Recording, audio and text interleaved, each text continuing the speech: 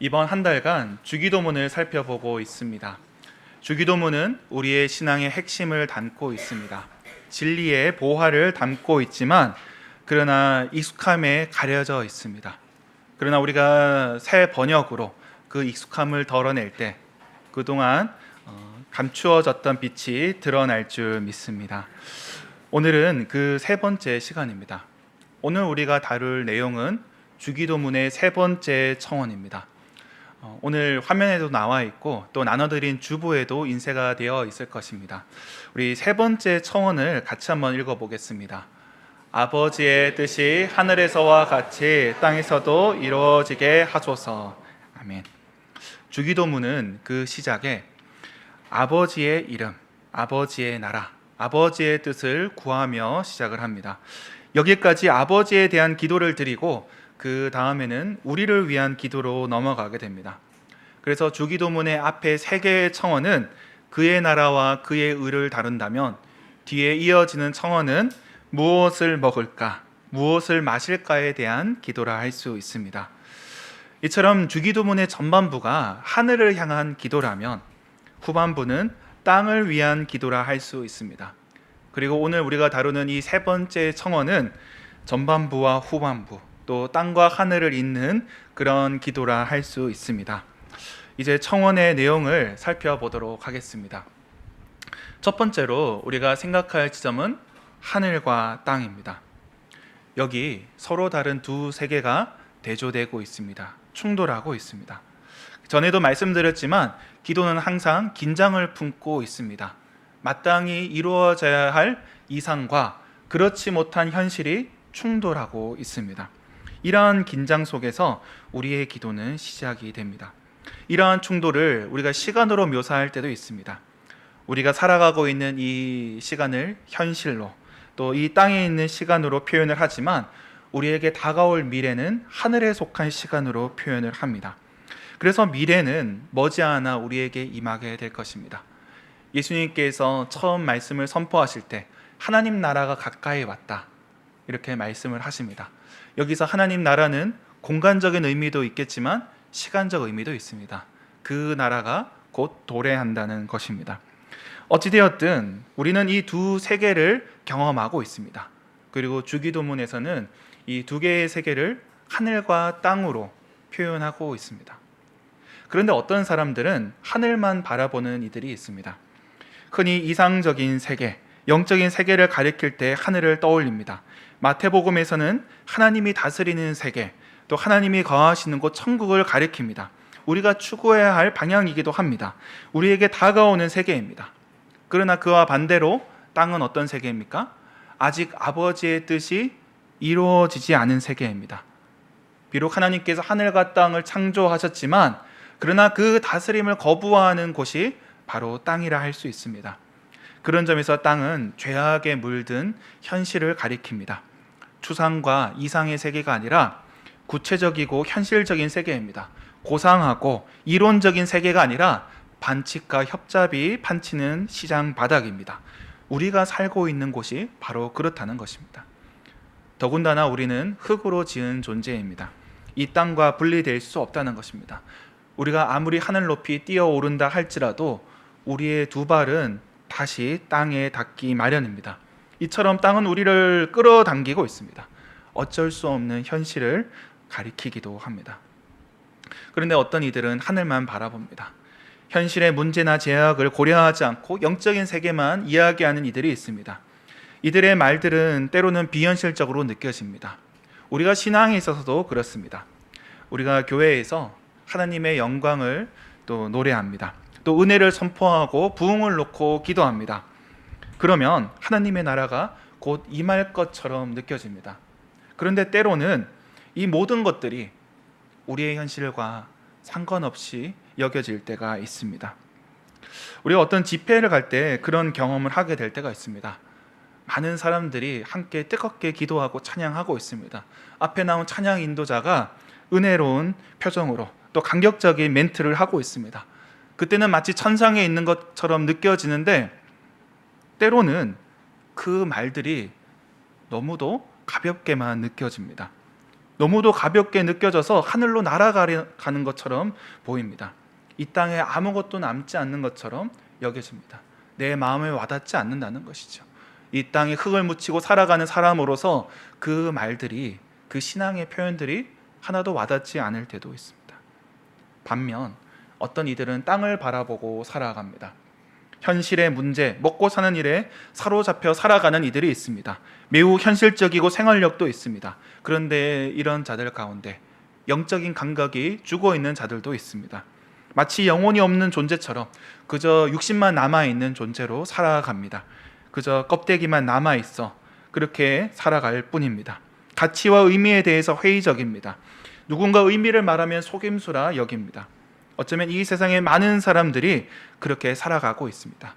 현실이란 무거움에 짓눌려서 그렇게 흙바닥에서 뒹굴 수밖에 없는 삶입니다. 그런데 우리는 두 세계를 경험하며 살아갑니다. 우리는 이 땅에 발을 딛고 있지만 하늘을 향해 기도하는 자들입니다. 우리는 하나님의 크신 영광을 바라보지만 우리가 처한 비루한 현실을 부인할 수 없습니다. 지금 이 자리에서 예배를 드리지만 저 문 밖을 나서면 일상의 자리입니다. 오늘 주일에는 하나님의 일을 하지만 그러나 나머지 6일은 세속적인 일들을 처리해야 합니다. 그러나 하늘과 땅 어느 한쪽도 포기할 수 없다는 것입니다. 우리는 갈라진 두 세계를 살아가고 있습니다. 이 세계를 이어가는 것, 아버지의 뜻으로 두 세계를 연결하는 것이 바로 기도입니다. 여기서 그렇다면 아버지의 뜻이 무엇인지 살펴야 합니다. 오늘 두 번째로 살펴볼 점은 바로 아버지의 뜻입니다. 마태복음에는 아버지의 뜻을 다룬 구절들이 있습니다. 먼저 살펴볼 말씀은 마태복음 18장 14절의 말씀입니다. 우리 말씀을 같이 한번 읽겠습니다. 이와 같이 이 작은 자 중에 하나라도 읽는 것은 하늘에 계신 너희 아버지의 뜻이 아니니라. 아멘. 예수님은 마태복음 18장에서 양의 비유를 말씀하십니다. 목자는 양 100마리 중에 한 마리를 잃어버리면 가만히 있지 않습니다. 99%는 괜찮아, 1% 정도는 원래 감안할 수 있는 손실이야, 이렇게 여기지 않는다는 것이죠. 그 한 마리를 찾아 헤맨다는 것입니다. 이 비유에 이어서 주님께서 14절에 말씀을 하십니다. 이 작은 자 중 하나라도 잃지 않는 것이 아버지의 뜻이라 말씀하십니다. 이 말씀에 작은 자 하나까지도 구원하시는 하나님, 그 하나도 버리지 아니하시는 하나님의 마음이 담겨 있습니다. 아버지는 자녀를 포기하지 않습니다. 이 땅이 비록 더럽고 타락했다 할지라도 하나님은 포기하지 않으십니다. 그 작은 자도 건지시는 하나님, 살피시고 돌보시는 마음이 바로 하나님의 뜻입니다. 우리는 아버지의 뜻에서 아버지의 마음을 읽어야 합니다. 동시에 아버지의 뜻은 순종의 차원에서 살필 수 있습니다. 우리가 다음으로 살펴볼 말씀은 마태복음 12장 50절 말씀입니다. 말씀을 같이 읽겠습니다. 누구든지 하늘에 계신 내 아버지의 뜻대로 하는 자가 내 형제요 자매요 어머니라 하시니라. 아멘. 예수님은 마태복음 12장에 자기와 함께하는 자들에게 말씀하십니다. 사실 이들은 예수님을 따르기 때문에 공동체에서 버려진 존재, 내몰린 자들이라 할 수 있습니다. 심지어 가족에게도 또 버려진 자들입니다. 실은 예수님도 또 가족들에게 버림받았습니다. 아무도 예수님을 믿지 않았고 또 그 사역을 말리러 나올 뿐이었습니다. 그러나 예수님은 주님을 따르고자 여기 온 자들에게, 주님을 따르기 위해 버려진 자들에게 말씀하십니다. 하늘 아버지의 뜻대로 행하는 자가 형제요 자매요 어머니라 말씀하십니다. 여기서 아버지의 뜻은 순종의 길을 가리킵니다. 하나님을 아버지로 모시는 자들, 그러므로 그들의 순종이 바로 하나님의 뜻이라는 것입니다. 우리가 하나님의 뜻을 구할 때 이 두 가지를 기억해야 합니다. 그 작은 자 하나까지도 건지시는 구원의 하나님, 또 그 뜻을 이루고자 하는 우리의 순종, 이 두 가지를 우리는 하나님의 뜻으로 기억해야 한다는 것입니다. 물론 우리에게 자유가 있지만 그분의 뜻을 받아들이고 그 뜻을 순종하는 것, 이것이 바로 주님의 뜻이라 할 수 있습니다. 그런데 어떤 이들은 내 뜻을 하나님께 강요합니다. 그것을 기도라고 생각합니다. 내 뜻이 관철되기까지 반복하는 것을 기도라고 여긴다는 겁니다. 내 삶에 맞추어 하나님의 뜻을 바꾸어 가는 것이죠. 보좌를 흔드는 기도, 그런 기도를 표현을 씁니다. 우리가 원하는 것을 얻는 것이 기도라고 여깁니다. 이 땅의 문제를 하늘에 닿도록 소리치는 것을 기도라 여깁니다. 거기에서 아버지의 뜻이 이루어지는 것이 아니라 나의 뜻이 이루어집니다. 그러나 그것은 온전한 기도가 아닙니다. 사실 이것은 기도의 시작에 불과합니다. 기도의 끝까지 내 뜻만 내세워서는 안 된다는 것입니다. 기도는 하면 할수록 하나님의 뜻을 알게 되고 그 뜻에 우리의 뜻을 맞추어 가게 됩니다. 마치 악기를 조율하는 것과 같습니다. 하나님의 뜻이 기준이 됩니다. 하나님의 뜻이 기준음이 되어서 우리의 풀어진 그 음을 맞추어 가는 것입니다. 우리 삶을 조율하게 되는 것입니다. 그분의 계획과 인도에 설득되어 가는 과정이 기도에 있어야 한다는 것입니다. 그래서 예수님이 가르쳐 주신 기도는 하나님의 뜻을 받아들이는 과정입니다. 그 작은 자도 돌보시는 하나님의 사랑을 헤아리고 또 순종함으로 그 뜻을 이루어가는 과정입니다. 예수님은 기도를 가르쳐 주실 뿐만 아니라 삶으로 또 본을 보여주셨습니다. 어떻게 기도가 이루어지는지 보여주셨다는 것입니다. 그런 점에서 오늘 세 번째로 살펴볼 점은 이루어지게 하소서입니다. 기도가 어떻게 이루어진지 살펴보려면 예수님의 기도와 삶을 다루어야 합니다. 예수님은 제자들에게 기도의 본을 보이셨습니다. 바쁜 사역의 시간 속에서도 따로 틈을 내어 하나님께 나아갔습니다. 그러나 그렇다고 해서 영적인 세계에만 사로잡혀 있지는 않았습니다. 현실을 살아갔습니다. 흙먼지 날리는 갈릴리를 돌아다니셨고 그분의 발에는 항상 먼지가 묻어 있었습니다. 그 땅을 밟고 서서 아버지의 뜻을 구했습니다. 예수님의 기도와 삶을 통해 아버지의 뜻이 드러나기 시작합니다. 아버지의 뜻이 하늘에서와 같이 갈릴리 땅에서 이루어지기 시작합니다. 갈릴리의 가난하고 병든 자들, 버려진 양떼와 같이 방황하는 자들에게 하나님의 뜻이 드러나기 시작합니다. 예수님이 함께할 때 하나님의 나라는 유예된 미래가 아니라 이미 도래한 현실이 되었습니다. 예수님과 함께하는 자들에게 그 나라가 이미 시작되었습니다.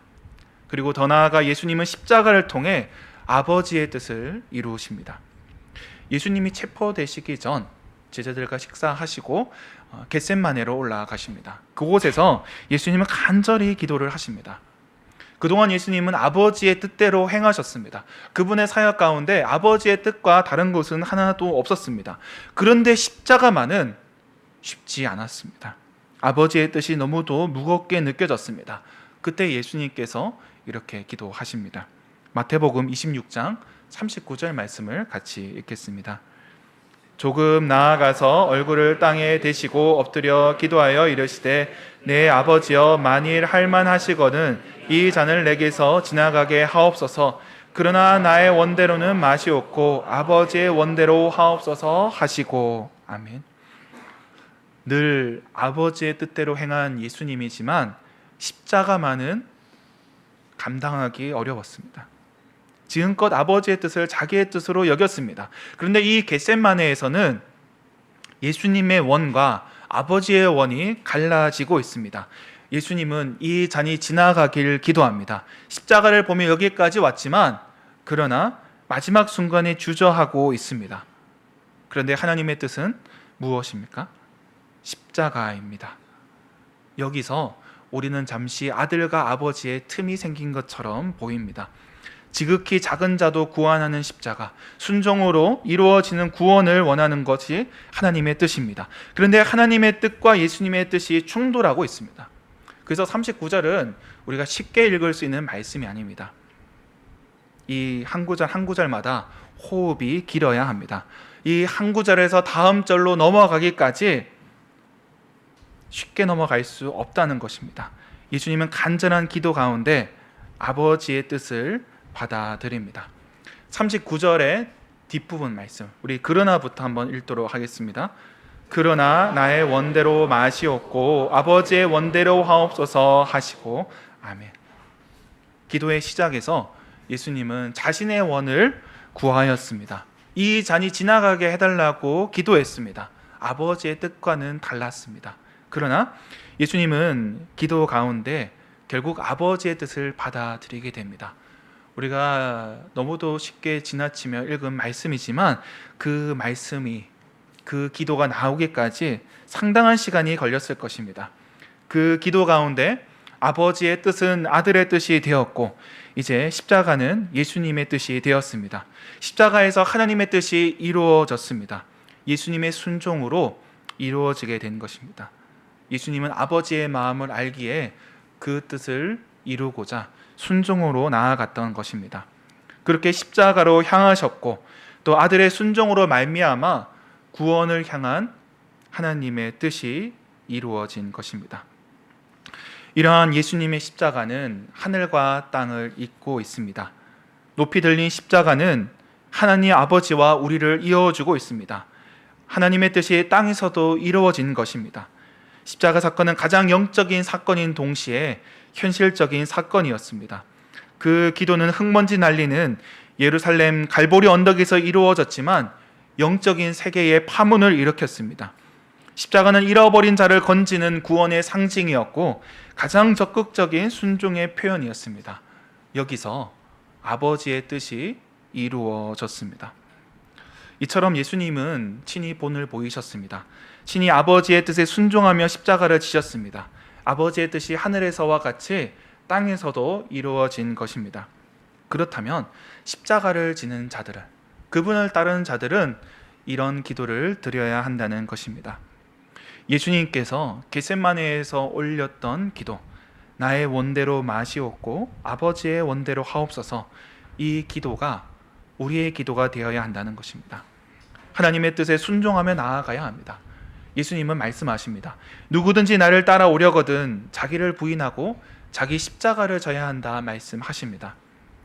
우리가 십자가를 지고 그 길을 간다면 우리의 기도는 하늘과 땅에 역사를 일으킬 것입니다. 우리의 기도는, 우리의 순종은 현실주의자보다 더 깊이 현실에 관여하고 신비주의자들보다 더 깊은 영적인 본질을 드러낼 것입니다. 십자가가 선 곳에 아버지의 뜻이 이루어진다는 것입니다. 예수님뿐만이 아닙니다. 모든 믿음의 사람들이 그렇게 살아왔습니다. 아버지의 뜻을 이루고자 자기를 부인하고 살았습니다. 그 기도와 실천 속에 아버지의 뜻이 이루어지는 것입니다. 그래서 기도는 영적인 동시에 순종은 현실적으로 드러납니다. 구약에 나오는 선지자들이 그렇습니다. 구약에 많은 인물들이 나오는데 성전의 멸망을 예언했던 예레미야 선지자, 그의 삶이 그러했습니다. 그는 다가오는 파국을 깨달아 알았습니다. 하나님의 비밀을 알고 있었습니다. 영적인 세계를 꿰뚫어 보았습니다. 그러나 그의 선포는 구체적인 현실 속에서 드러납니다. 삶의 자리에서 이루어집니다. 많은 사람들의 미움을 감수하고 말씀을 전합니다. 그 말씀을 전하는 것이 괴로운 일이었습니다. 예레미야는 하나님께 항의도 하고 원망도 합니다. 더 이상 할 수 없다고 소리칩니다. 그러나 전하지 않고는 견딜 수 없는 마음, 그 마음을 하나님께서 주셨습니다. 결국 그는 하나님의 뜻대로 그 뜻에 순종하며 살아갑니다. 신약도 마찬가지입니다. 신약에 나오는 수많은 인물들이 결국 주님의 뜻을 이루어 갔습니다. 오늘 우리가 요즘에 새벽 기도에서 나눈 사도 바울도 그렇습니다. 그도 자기를 부인하며 살았습니다. 자기의 뜻이 아니라 하나님의 뜻대로 살았다는 것입니다. 사도 바울은 자기를 소개할 때 늘 이렇게 소개합니다. 하나님의 뜻을 따라 사도가 되었다 고백을 합니다. 자기가 어떤 직분이 있다 이렇게 자랑하는 것이 아닙니다. 그 과정 속에 하나님의 뜻이 있음을 고백하는 것입니다. 그 뜻을 이루기 위해 평생을 살았던 것입니다. 바울은 신비한 체험도 하고 남들이 경험하지 못한 환상도 보았지만 그러나 그는 구체적인 삶으로 응답했습니다. 평생 복음을 전했고 마지막에는 순교하였습니다. 그의 기도와 순종은 결국 아버지의 뜻을 이루는 것이었습니다. 그렇게 십자가를 따라가는 사람들, 어린 양을 따르는 자들이 있었고 우리에게도 복음이 전해졌습니다. 이제는 우리가 그 기도를 드려야 합니다. 우리는 철저하게 영적이지도 않고 또 지극히 현실적이지도 않습니다. 적당히 영적이고 적당히 속물적으로 이 땅을 살아가고 있습니다. 하나님의 뜻을 구하기보다 내 뜻을 고수하며 그렇게 기도를 마칩니다. 그러나 우리의 기도가 시작은 그러할지라도 그 끝은 그래서는 안 됩니다. 예수님께서 가르쳐 주신 대로 그분의 삶을 따라가야 합니다. 내 뜻과 아버지의 뜻이 충돌했던 겟셋마네를 넘어 우리는 골고다로 향해야 한다는 것입니다. 그 길이 고난의 길이지만 영광의 길입니다. 그 길은 슬픔의 길이지만 기쁨의 길입니다. 바울은 빌립보서에서 이렇게 고백합니다. 빌립보서 2장 13절 말씀을 같이 읽겠습니다. 너희 안에서 행하시는 이는 하나님이시니 자기의 기쁘신 뜻을 위하여 너희에게 소원을 두고 행하게 하시나니. 아멘. 사랑하는 성도 여러분, 하나님께서 그 길을 가는 저와 여러분을 기뻐하십니다. 이 길은 억지로 가는 길이 아닙니다. 우리는 기쁨으로 나아갈 것입니다. 예수님이 하나님 아버지와 친밀함을 누렸듯이 우리도 아버지와 함께 할 것입니다. 그 친밀함 속에서 우리의 기도는 더욱 깊어지게 될 것입니다. 그 기도가 드려질 때 아버지의 뜻은 땅에서도 이루어질 것입니다. 예수님의 골고다 언덕 십자가뿐만이 아니라 우리 각자의 겟셋마네와 골고다에서 이루어질 것입니다. 예배당을 나와 돌아가는 그 모든 거리와 골목에서, 우리의 가정과 일터에서, 흙먼지 날리는 현실에서 아버지의 뜻이 이루어질 것입니다. 그곳에 두 발을 딛고 아버지께 기도하는 자들을 통해 아버지의 뜻은 이루어지게 될 것입니다. 그렇게 기도하는 저와 여러분이 되길 주님의 이름으로 축원합니다. 기도하겠습니다.